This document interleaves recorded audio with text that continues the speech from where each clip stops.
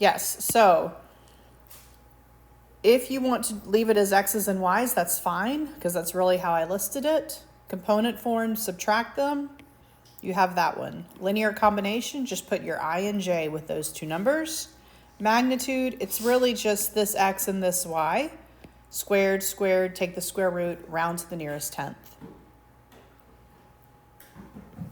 Direction. For direction, we're going to use our inverse tangent. Always, inverse tangent. We're going to put that y value or the b value, whichever one you want to think about, over the x value. Now here's the thing. In your calculator, when you put in just your x and your y value there, you're going to get an angle somewhere typically between 0 and 90. It's going to give you technically a reference angle. So you'll get approximately 42 here, 42 degrees. However, one of the things told me to graph. And so if I graph this, I'm going to start at 0. That's my starting, and my ending is going to be this component form that I found. Well, that is, if I were to do these as every 2, so let's say that's -2, -4, -6, -8, -10. So -10, -9, here's my ending value. All right, starting value, ending value. All right, clearly that is not a 42-degree angle, right? And so I can look at my coordinate or my component form to see where my ending point needs to be, starting at 0, 0, ending at that component form. And I can see that is clearly not a 42-degree angle. That is the reference angle in the third quadrant. So what they actually gave me in my calculator was this angle right here. That is 42 degrees. But I need to know the entire angle measure to give me the direction. The entire angle measure. So when it's in the third quadrant, you're going to add 180 to that. All right, so when it's in the third quadrant, you're going to add 180 to that, and you're going to get approximately, because I've already rounded it, 222 degrees. All right, so just as a quick note, when you have in component form 2 positives, that is first quadrant, and you are going to use whatever you are given when you do your tangent. If you are in the second quadrant, well then your component form will be a negative positive, and you are going to say 180 minus the angle. If you are in the third quadrant, your component form will be negative, negative, like it was for us. And you will say 180 plus the angle. If you are in the fourth quadrant, you will have a positive x and a negative y in component form, and you would say 360 minus the angle. And so you have to pay attention to what quadrant you're in to know if it's exactly what it gave you. Do I need to subtract from 180, add to 180, or do I need to subtract from 360? Because it is giving you a reference angle, your angle to the closest x-axis when you do that in your calculator. These are really simple. When you're doing vector operations, they've given you component form for 2 different vectors, and then they've kind of told you what they want you to do with it. When you have a coefficient, it's kind of like distribution. You're going to distribute it to the entire vector. Then you're going to add your elements, kind of like with matrices. And so these are really straightforward. If I were solving this, -3 times that u vector plus 4 times that v vector. And then, like I said, you're literally just doing your algebraic kind of order of operations here. And at this point, you are adding your like terms.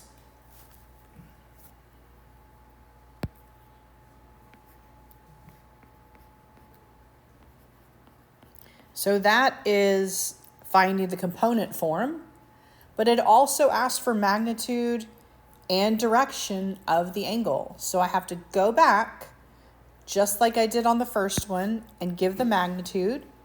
I have found component form. I need the magnitude here. So I'm going to say, well, that is the square root of 14 squared plus 34 squared. And again, you can round to the nearest 10th place here. Magnitude is my square root of the sum of the squares. Think of Pythagorean theorem for magnitude. You're finding the hypotenuse is what you're doing. And direction, just like I did before, inverse tangent of my x over my y. Now in this case, what quadrant would I be in with 1434? What quadrant would I be in?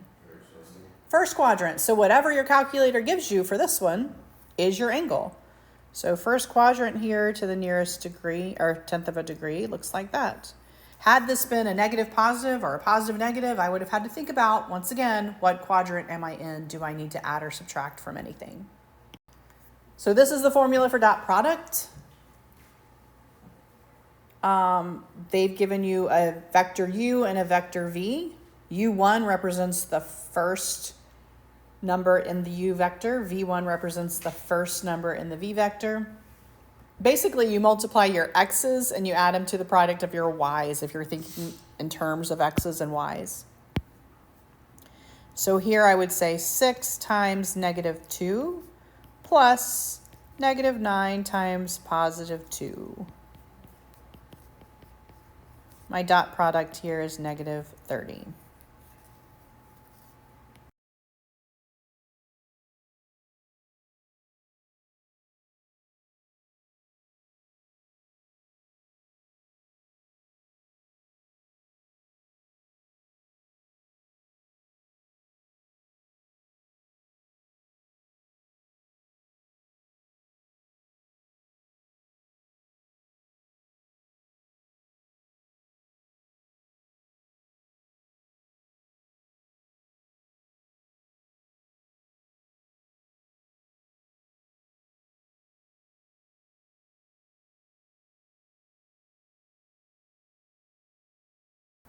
This is your formula for finding the angle between the vectors.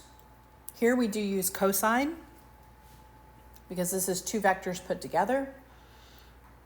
I do the dot product on top. And anytime you see when it comes to vectors that thing that looks like an absolute value, that is your magnitude of each vector. So you want to find the dot product just like we did on the previous problem.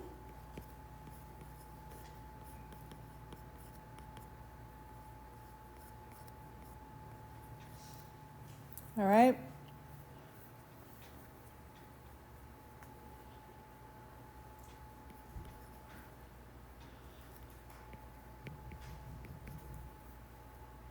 Dot product, and then you want to find each magnitude.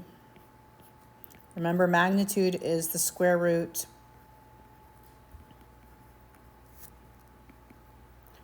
of those squares there.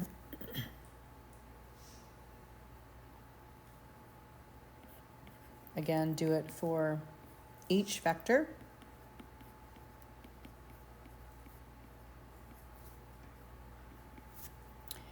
You don't want to round around necessarily, so even if you put it in your calculator at the end, you want to make sure that you don't round in the process, or you may get really far off. Like, for example, you could have left this as the square root of 128, right? That's fine. I just simplified it automatically, but you can leave them in the square roots like that. That should be 84, hopefully, right? No. Yes, 84. And then plug them into your calculator all at once. So I would go back and I would do the inverse trig function on my calculator. And then you can do all of these numbers. This goes on top, 16 divided by, you do want to do parentheses here because it's dividing by the entire thing. Square root often will open parentheses, which is okay because you're multiplying.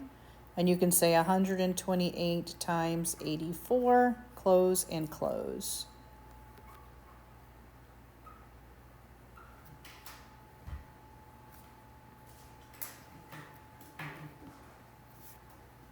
And then you can round to the nearest tenth there.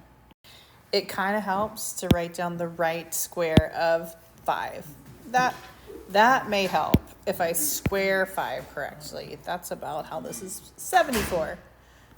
It helps to square your number correctly. Yeah.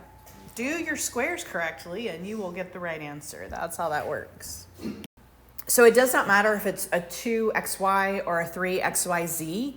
Finding component form, finding magnitude is really exactly the same. To find your component form, ending minus beginning for each individual x, y, z. Magnitude is the square root of those numbers squared. All right, so find your component form first by subtracting. I'm going to say 4 minus 2, 4 minus a negative 6, negative 9 minus 6. Component form is simple. Just subtract your beginning from your ending. Magnitude then takes those 3 numbers now and does the square root of those squares. So magnitude is going to be the 2 squared plus the 10 squared plus the negative 15 squared. And then again, on the whole test, you can round to the nearest 10th place. Is it negative 2 for the first one? No, it is the ending minus the beginning. Oh, okay. So 4 minus 2, 4 minus negative 6, and negative 9 minus 6. So polar and rectangular coordinates just kind of go back and forth. For polar coordinates, they've given you your radius, so to speak. Remember, polar looks like a map of the Earth from the top down, right? It looks like you're looking at latitude and longitude lines is what it looks like. So they have given you the radius of that circle, and they have given you the degrees or radians of that circle is what they've done. And so your x value, think of it like when you did force and all in physics. It's that number times the cosine for x and that number times the sine for y. All right. And so this is actually a 60-degree angle in the second quadrant. So it's in the third quadrant. So this is a 60-degree angle in the third quadrant, which means my cosine of a 60-degree angle is 1/2, and my sine of a 60-degree angle is square root of 3 over 2. That's from the unit circle. They're both negative in the third quadrant. So all I really have to do is multiply the 3 by those. So I'm going to say 3 times the cosine. That is my x value. And 3 times the sine. That is my y value. So my answer here, my x and y are going to be negative 3/2 and negative 3 square root of 3 over 2. Right? If you put that in your calculator, it's likely going to give you a decimal here. Keep in mind, if you use your calculator, 4 pi over 3 is in radians. Okay? So you either need to multiply by 180 over pi and know that that's a 60-degree angle, or technically it's 210, right? Or 240 rather. Or you need to make sure your calculator's in radians when you put 4 pi over 3, right? Because that is in radians right there. Now, if it's a unit circle, 30, 45, 60, you probably know those. Sine of 30 is 1/2, cosine square root of 3 over 2. So you can just use it like I did there and write down your sine and cosine and multiply. All right, but what you're doing is you're multiplying the radius, which is the first number, times the cosine or the sine of that theta that they have given you to find your x and y.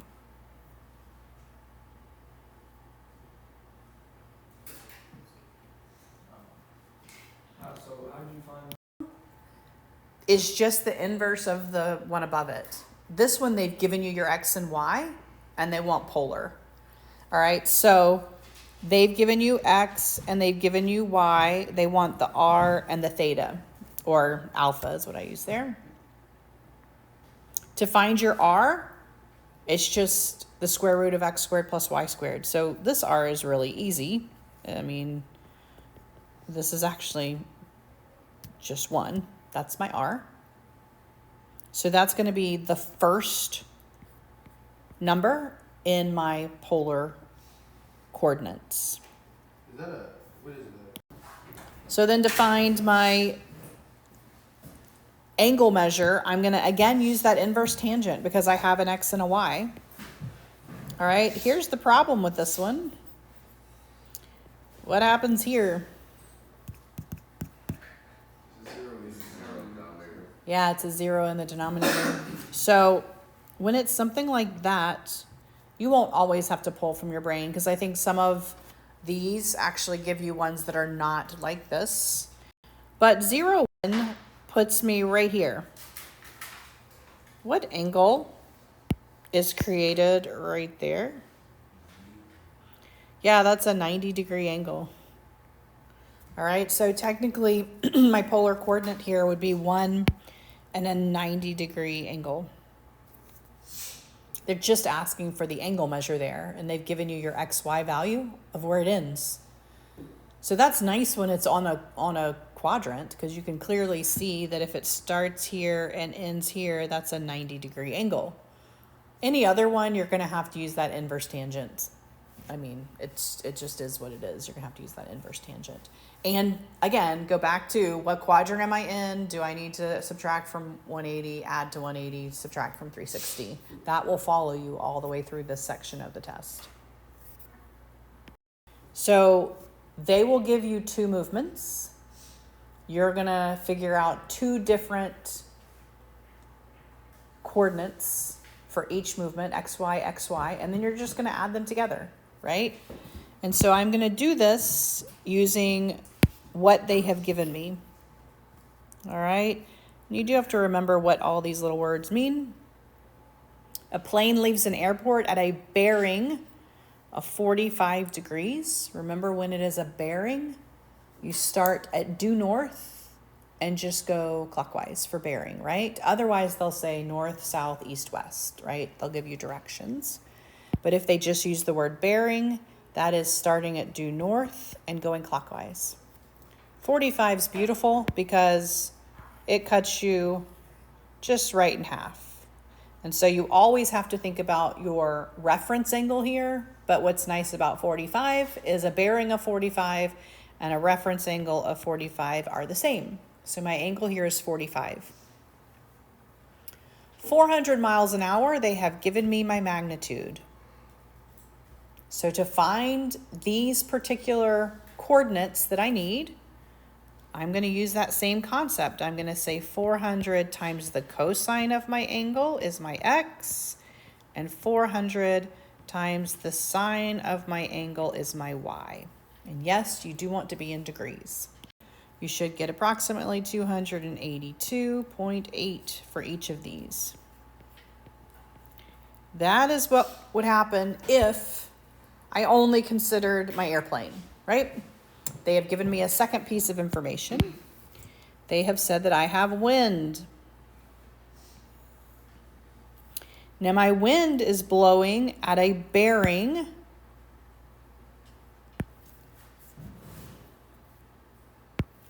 of 135. Remember, bearing means clockwise from north. So this would be 90, right? And then another, they were again very nice, 45. So my reference angle for this one is also 45 degrees, right? But I'm going to actually use, well, let's see. This is going to be 45 degrees here. But when I put this into my calculator always uses standard, all right? Standard movement. So like my calculator actually starts here at X and goes this direction. So I really need to think about, if I put it in my calculator, it's going to need this angle measure. That's what my calculator is going to need to give me the correct positive and negatives. All right? Or you're going to have to switch them on your own, meaning your cosine will be positive, your sine will be negative, right? And so you can do it whichever way you want. You can put in a 45 into your calculator or put in 135 in your calculator. But if you put in 135, it's going to think you're in the second quadrant. All right, does everybody understand what that means? It's going to give you the wrong positives and negatives. So either put in your reference angle, which is 45 degrees, or calculate your standard movement of that angle, all right? Whichever one you want, which is 305. So you could do 305 in your calculator, or you could do, or 315, did I add that wrong? 315 in your calculator, or you could do 45 and change your sign to be negative.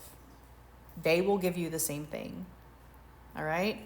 So once again, I'm gonna use the speed, which is the 40 miles per hour. I'm going to multiply it by the cosine of a 45 degree angle, or 315, if I could write that correctly. I'm going to take the 40 times the sine of the 315. If you use 45, you need to negate this after you get your sine or cosine, your sine, not your cosine, but sine. When I do this in my calculator for this cosine, you should get a positive 28.3. But then when you do your sine of your 315, you should get a negative 28.3. All right, the only reason the x's and y's are identical is because it is a 45 degree angle. Think about your sine and cosine of a 45 degree angle. It is square root of 2 over 2, right? So it won't always be the same. If it was a 40 degree angle, those two numbers would be different. The only reason they're the same is because it's 45, because they have the same x and y. To find my new magnitude, I have to get it in component form. Now we're going all the way back to the first question. I have two vectors. I need component form, right? So I'm going to add those two vectors to get that component form. To find magnitude, I'm going to do the square root of the x squared plus y squared. To get my bearing, I'm going to do the inverse tangent of my y over my x, right? So I'm going to add these two. I'm going to say 282, which is this first one, 0.8 plus 28.3 to get 311.1. And then I'm going to do the same thing, 282.8 minus 28.3 to get 254.5. To get my magnitude, I'm going to do the square root of those two numbers squared.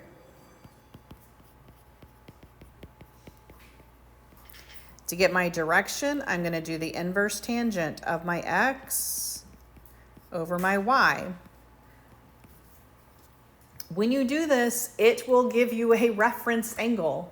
If you want a bearing, you need to do due north plus your reference angle, because you need to think about where it lands.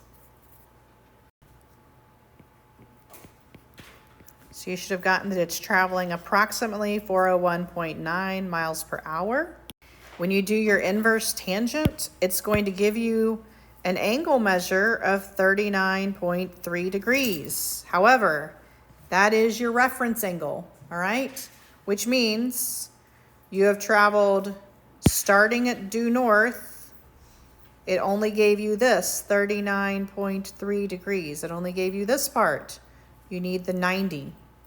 All right, bearing starts due north and goes clockwise. So you need to add 90 to this particular guy to get your bearing. All right, so it only gave you your reference angle. All right, reference angle. And actually, I said that wrong. You need to figure out what quadrant you're in. So what quadrant am I in? I actually don't have to add anything. That was nice of it. Quadrant, all right? It gave me due north, right? First quadrant, so I actually subtract from 90. That would make more sense if I want. So it gave me this guy right here. I need to know how far I traveled due north. It gave me reference angle. 39.3 is my reference angle. Due north, I'm gonna subtract. So you're going to subtract from 90. You'll get approximately 50.7 degrees bearing, right? So that will all depend on what quadrant you're in. So in this case, the variable is already eliminated, which is kind of funny that this is the one that I chose. Eliminate a variable and then solve for one of them, and then just substitute. Like, this is basic algebra 2 stuff, right? Plug it in, solve, and you're going to get your answer there. So this was just a kind of a review of solving systems. And then we moved into matrices, because then we started using different methods to solve. And matrices, the overall matrices part is really simple. Adding and subtracting, you're literally adding the elements, right? Corresponding elements. And so you're going to say -2 plus 5 minus, pay attention, because this is a minus, I would actually recommend changing that to plus and changing every single sign inside of this, or else somewhere along the way, you're going to make a mistake with your positives and negatives, right? And so when you're adding them, that's really simple. You're just adding the elements. When you subtract, pay attention to that. Maybe change it to adding the opposite of everything, because then you can just go across. -2 plus 5 is 3, plus 6 is 9. And you're going to do that all the way across. 3, -3, +3. -3, +4, -6. And you're going to do that with every single one of these.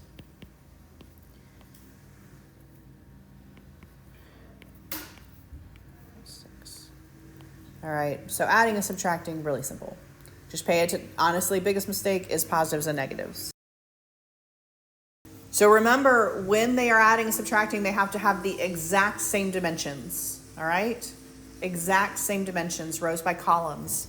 So this is 2 by 3. They all have to be 2 by 3s to be able to add or subtract them. Same exact dimensions.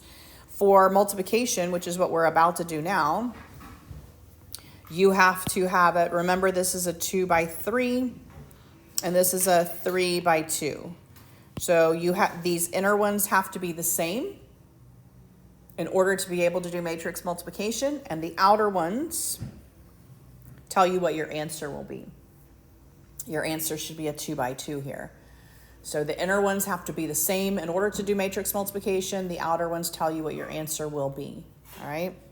And then for this, you do rows by columns, meaning you go all the way across the row, multiplying it to the corresponding element that goes down, and then you add those products. So I'm going to say 2 times -6, -12, and I'm going to add that to -5 times -4, and then I'm going to add that to the 6 and the 6. And that will be my first element. That answer will be my first element. And then I'm going to keep that same row and go to the next column. So I'm going to say 2 times 5 plus -5 times -5 plus 6 times 3. And once I'm done with those columns, I'm going to move to the next row. So now I'm going to do the second row here, -5 times -6, 3 times -4, -6 times +6. Done with that one, move to the next column, -5 times +5, 3 times -5, -6 times -3. And then I'm going to simplify that to get my actual answer here. So I'm going to say -12, 20, and 36, 10, 25, and 18, 30, -12, and -36, and then -25, -15, and -18. And that is my matrix multiplication. So my guess is that none of y'all are going to solve using matrices. Most of y'all are going to solve by the elimination method, because very few people want to set up a matrix and solve if not forced to. So this is an example of elimination, especially if you already have an X eliminated. You may want to do elimination here for that value. Just when I look at these, I have an X and a Z here. I have an X, a Y, and a Z here, and I have a Y and a Z here. So you could take this one right here and set him aside, and then use this to eliminate the Y, and you'll end up with an X and a Z. So you're trying to get two equations that have the same two variables. Or if it's easier to eliminate X, you could use these to eliminate the X, whichever is easiest. I would probably set this top guy aside, and I would use the other two to eliminate my Y variable, just because I already have a positive and a negative. And so I would multiply everything on this second group by 2, and then add to the group above it. So the group above it doesn't have, I don't have an X to add with it, so I'm going to get that negative 2X stays by itself. The 2Y and the negative 2Y will cancel, which is my goal here. I have, in this case, I'm actually going to eliminate, that's kind of nice. I'm going to eliminate, I have a 4Z and a negative 4Z. And so those are both going to cancel as well. And then that equals my 0 and my 4, which gives me a 4. And so I actually didn't even have to do a second elimination here. Eliminating one variable actually ended up eliminating 2. And so I can go ahead and divide to solve for my X and plug it in. Remember, my goal is to have an X and a Y and a Z answer. So I'm going to take that X and plug it into the one that just had the X and Z. So 3 times negative 2 plus the 4Z equals negative 2.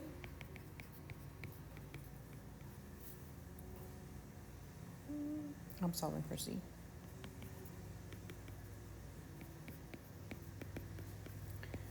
So now that I have two variables, or now that I have my Z, I can actually plug it into this original one right here and solve for my Y. So this was Y minus 2Z equals 2. I can plug that one in, and I'm going to get Y equals 4. And so my answer here is my X, my Y, and my Z. And so that's the elimination method. We did it with matrices, but unless you're using technology, which is down the road where I ask you to use the technology to solve for like an inverse or something, the elimination is probably the easiest method here when you already have a variable missing. So remember, determinants are diagonals minus diagonals, right? And so I am going to multiply this diagonal, and I am going to subtract that diagonal, the product of those. And so I'm going to say negative 4 times 3 minus negative 2 times 0. So I'm going to get negative 12. That is my determinant. So 2 by 2s are rather simple. For 3 by 3s, you can use cofactors or you can use the diagonal method. Typically, if I have a 0 anywhere in here or even a 1, I'm going to definitely use my cofactors. Cofactors are doing 2 by 2s, remember, and just adding them up. Or you can do the method with the diagonals where you just shift those first 2 columns over and you do diagonals again. And so then you're going to take the product of these diagonals minus the products of these diagonals, right? And so that's the other method that you can do. And so you would say 3 times negative 5 times negative 3 plus 5 times 2 times 3 plus 3 times 5 times negative 3. That's one group. You are going to subtract the next group, which is going the other direction. 3 times negative 5 times 3 plus the negative 3 times 2 times 3 plus the negative 3 times 5 times 5. And you will do the product and subtract. 168 here. So finding the inverse then, you're going to find the determinant just like we did on the 2 by 2. You're going to say 1 over the determinant. And then you're going to take that and you're going to switch the first diagonal and negate the second diagonal. So my first step is to find the determinant. Well, you're going to say negative 7 times 3, so negative 21, minus 4 times negative 3, so minus negative 12. So pay attention, this is always subtraction. So your determinant here is going to be negative 9. So that's your first step, find the determinant. Then you're going to do the inverse of the determinant, which is negative 1/9. And you're going to multiply that through. Remember, we switched these two. So switch that first diagonal. And then we are going to negate the second diagonal. So just change the signs. Change this one to positive, change that one to negative. And then you're just multiplying through.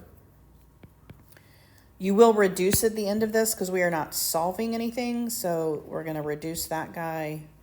We're going to reduce this one. This one cannot reduce, and that one cannot reduce. So my final answer here when I'm all done is negative 1/3, negative 1/3, 4/9, 7/9. That is my inverse.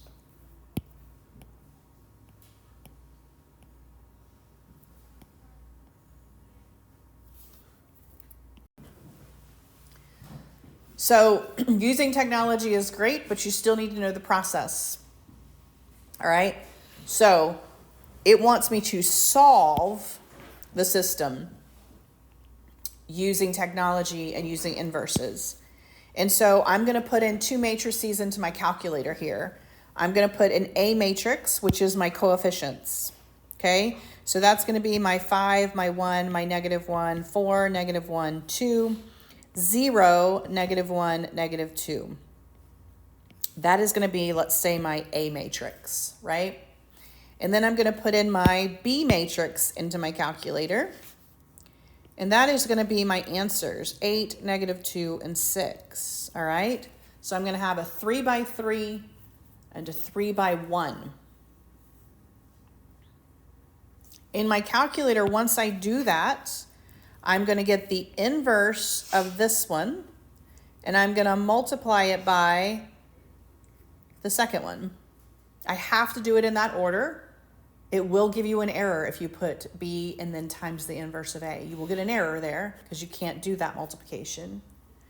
And it is going to give you a matrix. It's going to give you your answer matrix, which will look like this. And that is your X, your Y, and your Z. All right, and so what I would do is I would make sure I knew how to input it correctly, that I knew how to find the inverse in my calculator correctly, and that I am getting this answer when I plug all of this in. Because the problem with this is all technology. So if you would just input that and give me answers and you are not confident about how to input it, that's 0 credit if you get this wrong, right? And so you want to make sure that you are inputting it into the calculator correctly, all right? Kramer's rule is actually not difficult, and I'm not going to give you like a 3 by 3 to do a Kramer's rule. With Kramer's rule, you're just going to do your coefficient matrix, your X and your Y matrix. So your coefficient is just going to be a 2 by 2. And you're going to find that determinant. So diagonals minus diagonals. Then you're going to replace your X column with your answers. So we're going to replace that column with your answers. And then do that determinant. So I would say negative 13 minus negative 10. And then we're going to do the Y matrix. So we're going to leave the X column alone this time and replace our Y column. So replace that one with that answers. And we're going to do that matrix, 20 minus 13. All right. So we're going to find those determinants, and to figure out what my X and my Y is, for my X, I'm going to put this determinant over my original. So my x value is 3/2. For my y, I'm going to put this determinant over my original. So my y value is -7/2. And that is my xy for that particular systems of equations. Kramer's rule is just coefficient determinant, x determinant, y determinant, and divide the x and y's by the original coefficient. Objective. So objective functions will always give you something that they want you to maximize. So honestly, when I read these, I read through the whole thing and I look for a profit or a maximizing. You'll actually see the word max or min in here. How many of which model should you buy in order to maximize storage volume? That's what you're looking for. So max volume is what I'm trying to find. So that's going to look like this. I've got to figure out how much volume each one has. They've given me a cabinet X and a cabinet Y. And so if you read through it, cabinet X, and they give me cost and square footage, and then it says holds 8 cubic feet of files. That is my volume, so 8X. And I'm going to look for that same thing for the next cabinet. Cabinet Y, my cost, my square footage, holds 12 cubic feet of files. And so you're looking for something that relates to what you're trying to maximize. I'm maximizing volume. Cubic feet represents volume. Anytime you see a unit cubed, that is volume, 3-dimensional. Then these will always have limitations. So I'm going to look for some limitations. It says cabinet X costs $10, requires 6 feet of floor space. Cabinet Y is 20, requires 8 feet. You only have $140. They just gave me a limitation of $140. And so I need to look for those limitations in the cabinets. Well, cabinet X costs $10. So I'm going to say 10X. Cabinet Y costs $20, 20Y. And I only have $140, so those two have to be less than or equal to 140. I'm going to look for another limitation. It says you don't have to spend that much, but the office room can only hold 72 square feet of cabinets. They just gave me another limitation. Cabinet X requires 6 square feet. That is 6X. Cabinet Y requires 8 square feet. That's cabinet Y. And that can be no more than 72 square feet right there.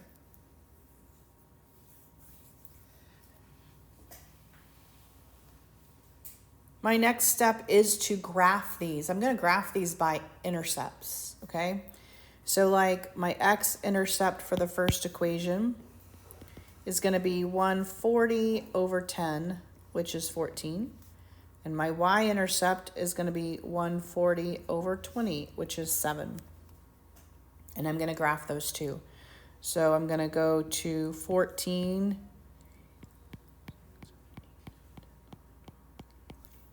on this graph here. That's going to be the point 14, 0.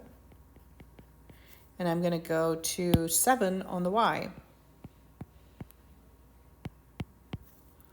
So that's going to be the point 0.07. And I'm going to graph that. And then I'm going to do the same thing with that second equation that I created. I'm going to find my x and y intercept for that one. My x-intercept is 72 over 6, so that's going to be 12.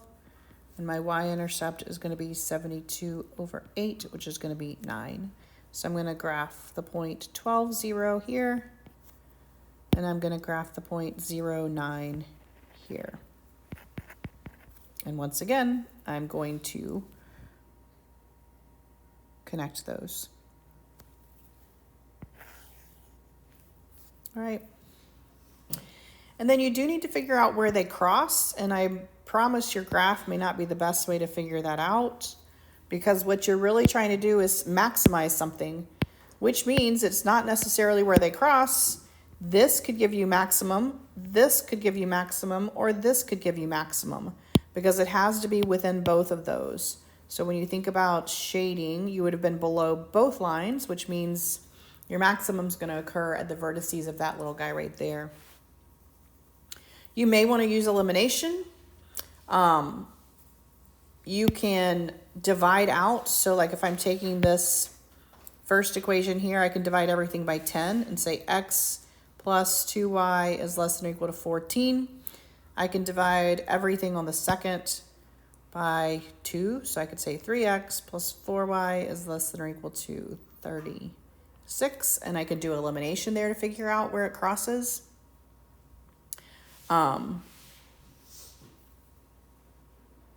So I could go back and say, well, this is negative 2x, negative 4y, and negative 28. Do my addition. I'm going to get x. Those are going to cancel. And I'm going to get, looks like it is about 8, right?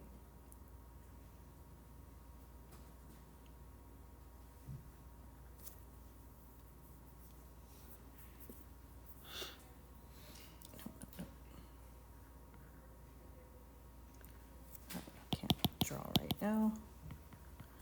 All right, if x is 8, which looks like my graph was fairly accurate. Maybe off a little.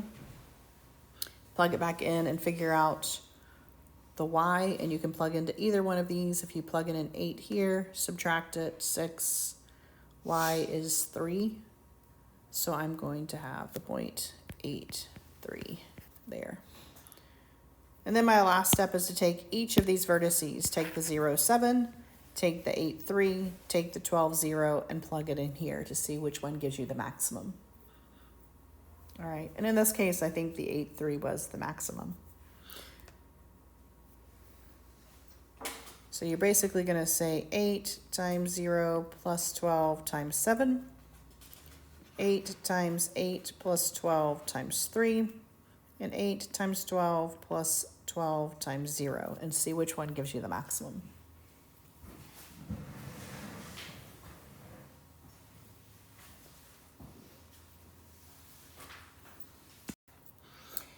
Chapter 8. Chapter 8. For chapter 8, we did parabolas, ellipse, hyperbolic functions. All right. Your formulas for your parabolas, we know it is a times x minus h squared plus k, but remember a is now represented by 1 over 4p because you're going to find all this good stuff.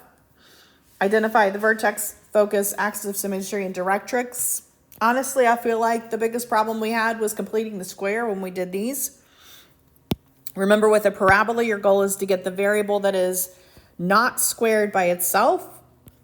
So I'm going to move everything to the other side except the y. I have negative 2x squared minus 4x minus 7. I am going to complete the square. So I'm going to take that negative 2 out of just the first two, x squared plus 2x. And I'm going to complete the square. Remember, you complete it by cutting that 2 in half. That's a 1. And squaring it, which is a 1. And you add it. But this is an equation. I can't just randomly add a 1. I actually have to add it and subtract it inside those parentheses. All right, I need to get it out of the parentheses. Well, how do we ever get something out of the parentheses? We multiply it by what's in front. So, negative 2, if I multiply it by this negative 1, it's actually a plus 2. So to pull it out of the parentheses, we add the 2 there. This is going to be x plus 1 squared, and now this is going to be minus 5. Minus 5. And so I can now start finding all the information that I need to find based on this equation. It wants me to find the vertex. The vertex is hk. My h is negative 1. My k is negative 5. My vertex is negative 1, negative 5. So on this graph, negative 1, negative 5, I can graph. My axis is always either my x equals or my y equals, depending on what type of graph this is. This is a graph that opens up and down, so my axis is going to be x equals -1, my x value, because my axis is going to cut straight through this graph. Remember, y equals opens up or down, x equals opens left or right, okay? To find my focus, all right? Remember, your focus is either your y value moves or your x value moves. If it opens up and down, the y value moves. If it opens left and right, the x value moves. I do need to figure out what my p is. Remember, my p is using my a to do that. My a is -2 rather. That's going to equal 1/4p. And so I can use that information to solve for p. You can flip both sides, remember? So that's the same thing as -1/2 equals 4p. Divide by 4, what is my p? Well, it's -1/8. All right, and so for my focus, I'm going to leave the x alone, and I'm going to say -5 plus -1/8, which is -5 1/8, which is the same thing as that. All right, which means it's barely away from it, barely away from it. My focus is going to be just barely on this side of it. Graphing it's not the most important part there. Directrix then is going to be y equals k minus p. So if your axis is x equals, your directrix is going to be take that -5 and subtract that 1/8. Is that a 41? It is a 41. And so your directrix is going to be over here. And then they just want you to sketch that graph.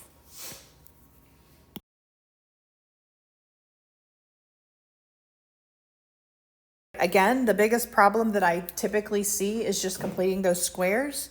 Remember, with ellipse and hyperbolic functions, you want to get the numbers out and you want to get the variables by themselves.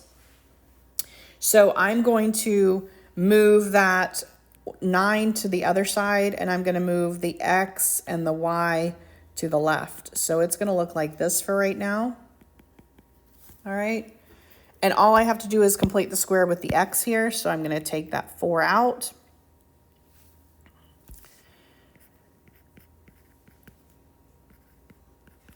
I gave you a fraction. I'm sure y'all are going to appreciate that. 5/2.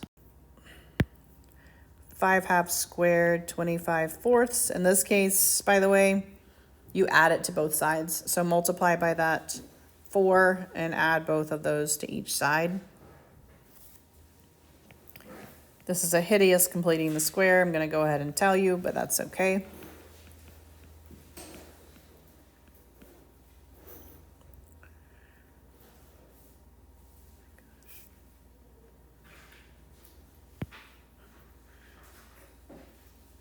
It helps to actually.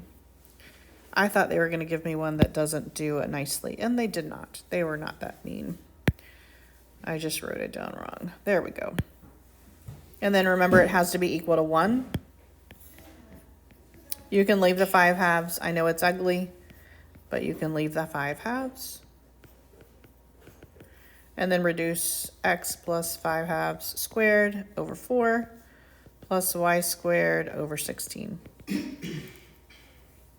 Remember, this has, because it's a circle, it's not a circle, it's an ellipse, but it's circular in form. You're going to have 4 vertices, right? So you're actually going to have 2 points and 2 points, and it's going to elongate. So you're going to look and see which way it elongates. You know which way it's longer based on which has the bigger denominator. So the y has the bigger denominator, so it's going to elongate that way. Your center is your HK. In this case, your center is your -5/2 0. So your center is going to be about at there. Okay. And then you're going to elongate away from that based on what's underneath here. So I'm going to move away from that center square root of that guy. So I'm going to go up 4 from here and down 4 from here. I'm going to go left and right by what's under the x. Square root of 4 is 2. So I'm going to go over 2 and over 2. And that is my ellipse, right? He's not a beautiful ellipse, but he's an ellipse. We'll just use technology to make him prettier. All right, so, and we will 0 him out. So that is your ellipse. So I think the ellipse is more intuitive sometimes because you really just have to look at what's underneath it. Your focus, again, is going to move based on your elongation. So in this case, your Y is going to move for your focus because your Y is where it's elongated. And you're going to find that with this little guy right here, right? So a squared minus b squared to figure out which one is adding and subtracting there. Talk through it really quickly, but for time's sake, we're not going to go all the way through it. It's identical, except you basically have two parabolas that go out instead of in. So think about two parabolas go in, they'll meet, they'll look like an ellipse. Two parabolas go out, that means they look like two parabolas facing opposite directions. And it's pretty much the same, except that for this one, it's subtraction. So the subtraction determines how they open and close. And so if your X is positive, then it's going to open with your X. If your Y is positive, it's going to open with your Y. So it all depends on which one's positive and negative. Just like the ellipse depends on the denominators, the hyperbolic depends on the positive and negative. Substitution. Basically, what I want you to take from this is if they want it in rectangular form, then they want it Y equals X. So typically find X by itself equal to some T. In this case, they handed it to you. And then in the Y piece, plug in whatever X equaled. And so they already had this set for you, so you really just had to do this piece of it. If they wanted in parametric equations, then that means each piece needs to be equal to X equals some T and Y equals some T. And so you would like take this guy and solve for X. So 6 times T equals X squared. So X equals the square root of 6T. That's one of them. Then you would use that to find the other one. So then Y equals, and instead of X, I'm going to write the square root of 6T squared over 5. And then I'm going to solve for that. So on this one, you go from Y equals T and X equals T to Y equals X. And on the second one, you go from Y equals X to X equals T, Y equals T. You're just really flip-flopping. This, you should get one equation with just Y's and X's. This, you should get an X with a T and a Y with a T. Obviously, finding the next three terms is just looking for a pattern, right? Common difference. Remember to find your common difference. You're going to subtract the second term minus the first term, right? To find your recursive formula here, that is going to be your term is just your term in front of it plus your whatever you found for your common difference. Your explicit is going to be your initial starting one plus your common difference times that n minus 1. And remember, you want to simplify that. And then to find your 52nd term, you just plug it into that recursive. All right, that is arithmetic. For geometric, you are looking for a common ratio, and that is your second term divided by your first term. Your recursive formula, well, to find a term using the term in front of it, you just take the term in front of it and you multiply by your common ratio. Explicit, that's going to start with your first term and you're going to multiply it by your r to the n minus 1. Remember, this is exponents. And so to find your 8th term, you just use that explicit and plug it in. I think most of y'all did well on this portion of the test. So to find the missing terms, you're going to use the appropriate sequence and just base the solution off of whichever sequence you are working on. This is an arithmetic sequence, so we can assume that this is the first term. We have the second, the third, the fourth, the fifth, and the sixth term. And so we would set this up by saying, well, the sixth term should equal the first term plus the common difference times however many terms I have, which is 6 minus 1. So my sixth term then is 5. That should equal my first term, which is 30, plus my common difference, which I don't know, times 5. And then I'm just going to solve for those. So my common difference here is negative 5, which means if I take this 30 and subtract 5 and go all the way down, I should be able to fill in the missing terms.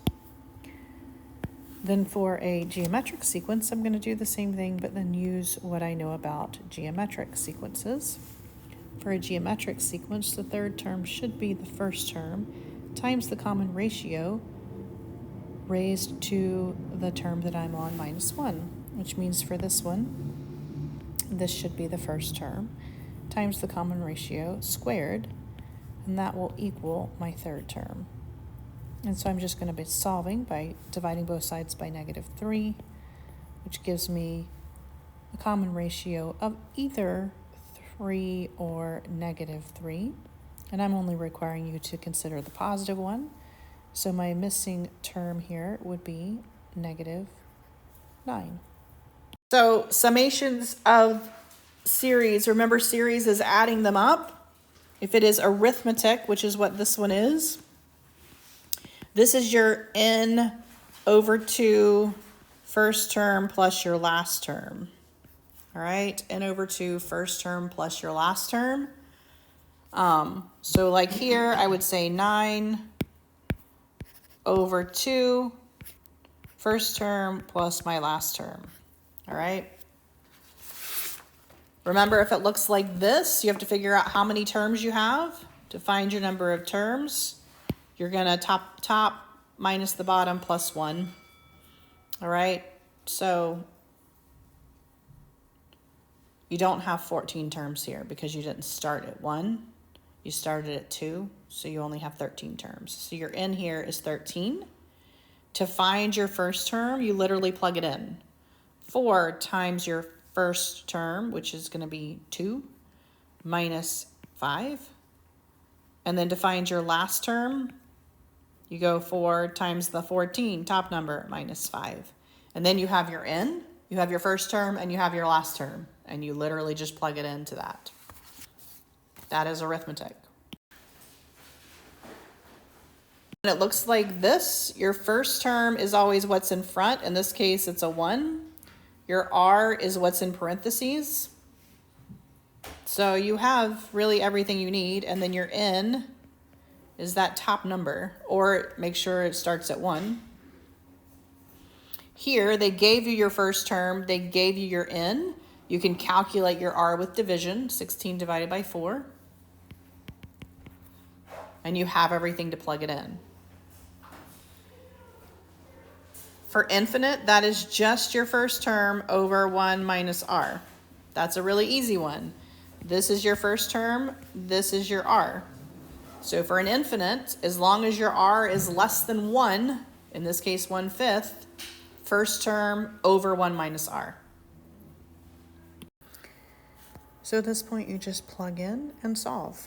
For this first one, we've gotten the r with division, so we're going to plug in my first term, 1 minus the r to the nth power that they've given us, all over 1 minus r.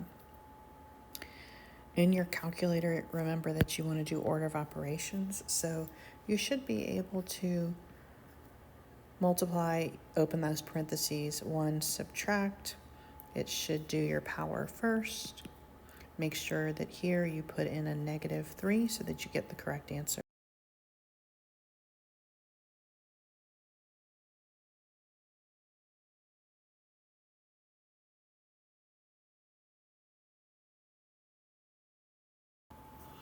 Again, for the infinite, you're just going to plug in your 2500, which is your first term.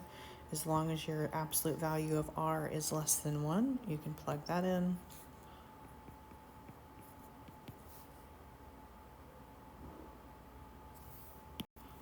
And get your answer here.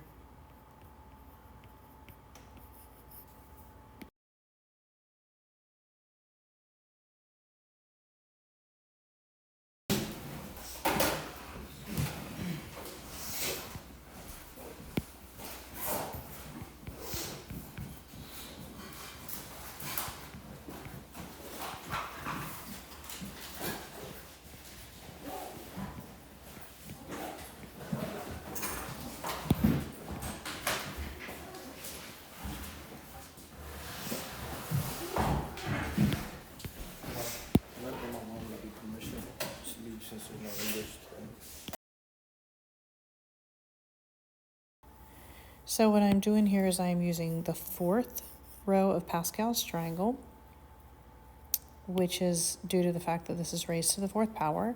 Those represent my coefficients. Remember, it is the first term raised to the power, the second term to the 0, and then you go down with the first term, up with the second term. And so if you continue this pattern, you're just going to fill in each first term and each second term with those coefficients until you get to that last term that just has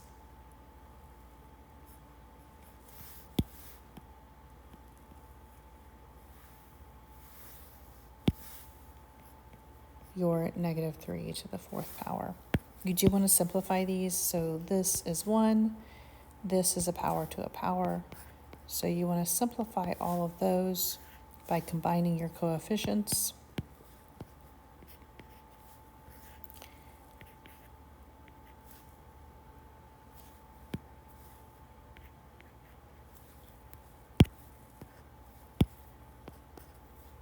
And making sure that you are doing order of operations, using those exponents first, and then the multiplication. And make sure you watch your positives and negatives when you do have a negative in there. If it is to an odd power, you are going to have a negative. If it's to an even power, you are going to have a positive.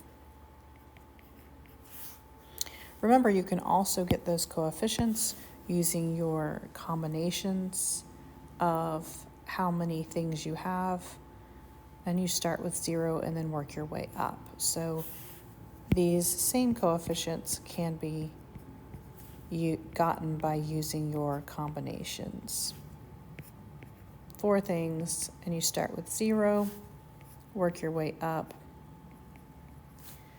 to where it is 4 things taken 4 at a time.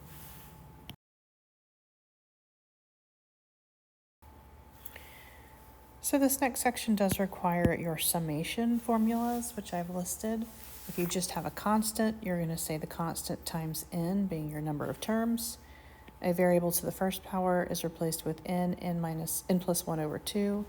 To the second power, n plus 1, 2n plus 1 over 6. And the third power is n squared, n plus 1 squared over 4. So in this scenario, I'm starting at 5. And all of these assume that you're starting at 1. So you do want to do a summation using your starting at 1 to 13. And you want to subtract what would happen, the summation starting at 1 to just one below that 5, which is 4. Because that would give you from 5 to 13. So this one you would have to do twice. I'm going to replace the n here. That's to the first power. So instead of n, I'm going to write n plus 1 over 2. And then I'm adding that. This is a constant, so that is just 2n. And I'm going to do that for when n equals 13. And I'm going to do that again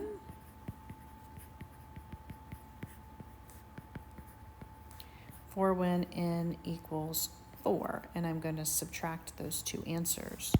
And so at this point, all you really have to do is plug in your numbers. So I'm going to say 5 times 13 times 14 over 2 plus 2 times 14. And I'm going to subtract 5 times now 4 times 5 over 2 plus 2 times 4. And that will give you your summation of 423. The same thing is true for this next one.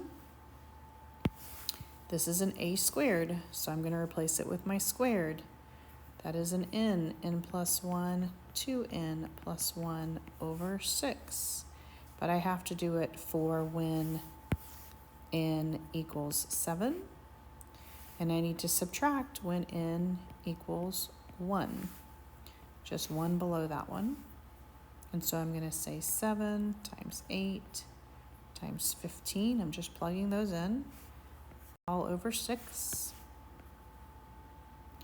And I'm going to subtract what happens when I plug in a 1. 1 plus 2, 2. 2 times 1 plus 1 is 3. All over 6. And I will get that summation there.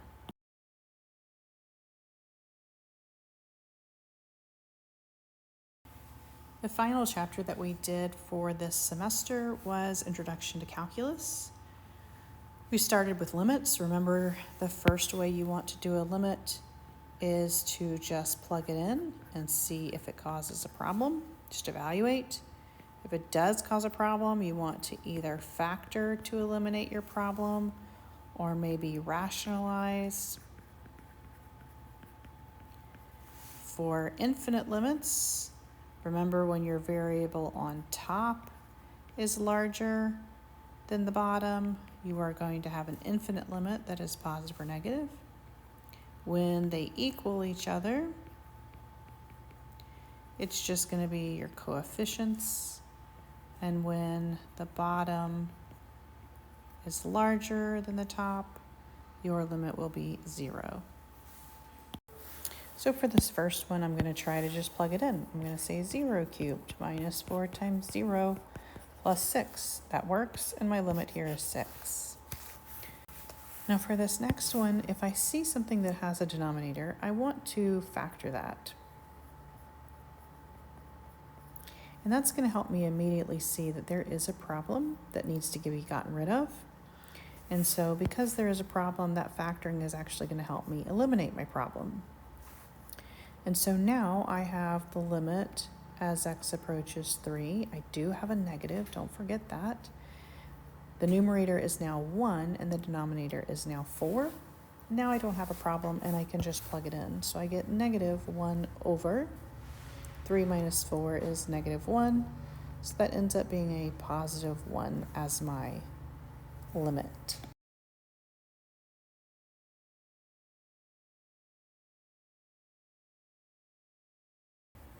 This next one is an infinite limit, and so I am going to look at my degrees. The degree on the top is 1, the degree on the bottom is 2. It doesn't matter if it's positive or negative here because that is always going to give me a limit of 0.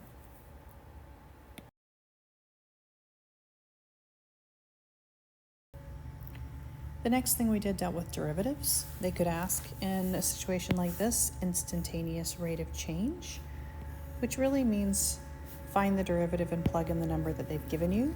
So remember, to find your derivatives, you are going to multiply by your exponents and then drop those exponents by 1. For something like this, it's just your coefficient, and for something like that, it zeroes out. And so my derivative here is going to be negative 4x plus 2. They want the rate of change at 2. So I'm going to plug that in. I get negative 4 times 2 plus 2. My instantaneous rate of change is negative 6.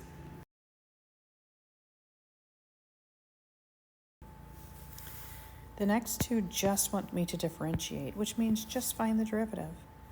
And so for something like this, that's a basic derivative like what we just did. And so that is very simple. If it is something more complicated like 43 with a fraction, you're going to do the same thing, Just make sure you handle your fractions correctly. So I am multiplying 3/2 times 6.